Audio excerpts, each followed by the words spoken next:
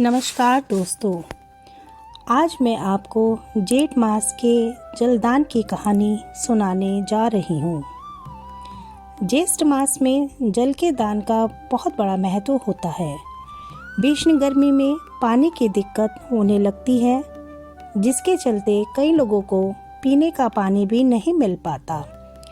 इसलिए इस महीने जल का दान करना अत्यंत लाभकारी बताया गया है। जेठ माह में घर के किसी भी खुली छत या जगह पर चिड़ियों के लिए दाना और पानी रखना चाहिए। गर्मी के कारण नदी तालाब सूखने लगते हैं, जिसके चलते पक्षियों को पानी नहीं मिल पाता। इसलिए घर के बाहर या छत पर पक्षियों के लिए दाना और पानी जरूर रखें। मान्यता है कि ज्येष्ठ मास में जलदान से बड़ा कोई दान नहीं है। इसलिए किसी भी प्यासी जीव, चाहे वह पशु पक्षी ही क्यों न हो, को पानी पिलाने का मौका मिले, इससे बड़ा पुण्य का काम कोई नहीं है। ज्येष्ठ मास के महीने में भगवान राम से पवन पुत्र हनुमान जी की मुलाकात हुई थी, जिसके चलते यह महीना हनुमान जी की पूजा के लिए बहुत खास है। ज्येष्ठ मास में श्री राम के साथ हनुमान जी की पूजा करना भी बहुत शुभ फलदायी होता है। इसी महीने बड़े मंगलवार का पर्व मनाया जाता है, जिसमें हनुमान जी की खास पूजा होती है। धार्मिक मान्यताओं के अनुसार ज्येष्ठ मास में हनुमान जी, सूर्य देव, शनि देव और वरुण देव की विशेष उपासना की जाती है। वरुण देव जल के देवता हैं, सूर्य देव अग्नि के और हनुमान जी कलयुग के देवता माने जाते हैं। इस पवित्र महीने में पूजा पाठ और दान धर्म करने से कई प्रकार के ग्रह दोष से मुक्ति मिल जाती है। इस पवित्र महीने में जल संरक्षण और पेड़ पौधों को जल देने से कई कष्टों का नाश होता है, साथ ही पितृ भी प्रसन्न होते हैं। दोस्तों, चलिए सुनते हैं जेठ मास की एक कथा। किसी गांव में एक सेठ सेठानी रहते थे। सेठ जी की कोई संतान नहीं थी। सेठानी बहुत ही धार्मिक प्रवृत्ति की थी। वह दिन रात पूजा पाठ किया करती थी। सेठ जी बहुत ही धनवान थे। उनके पास किसी प्रकार की कोई कमी नहीं थी, लेकिन संतान न होने के कारण सेठ सेठानी बहुत ही दुखी रहते थे। सेठ जी के घर कई सालों से एक नौकर काम करता था। सेठ सेठानी इस पर बहुत विश्वास करते थे।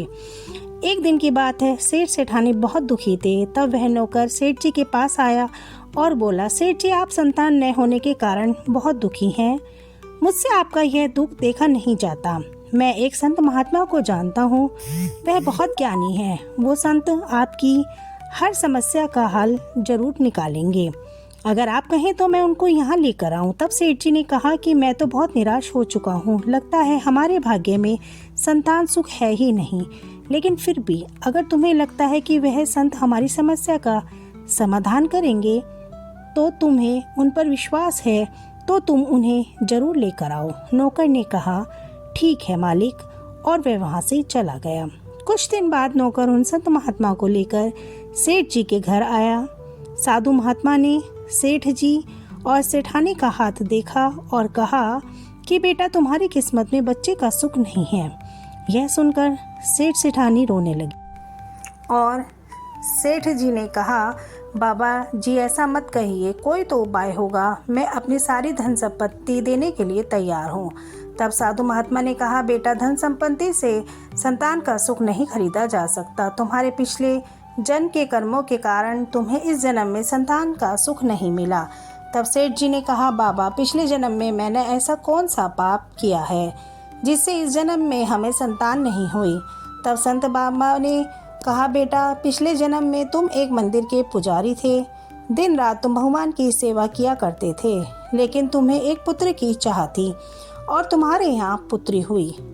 तुम बहुत गुस्से में थे। पुत्र की चाह में तुम अपनी पुत्री से नफरत करते थे, उससे कभी बात नहीं करते थे, तुमने कभी उसे प्यार तक नहीं किया।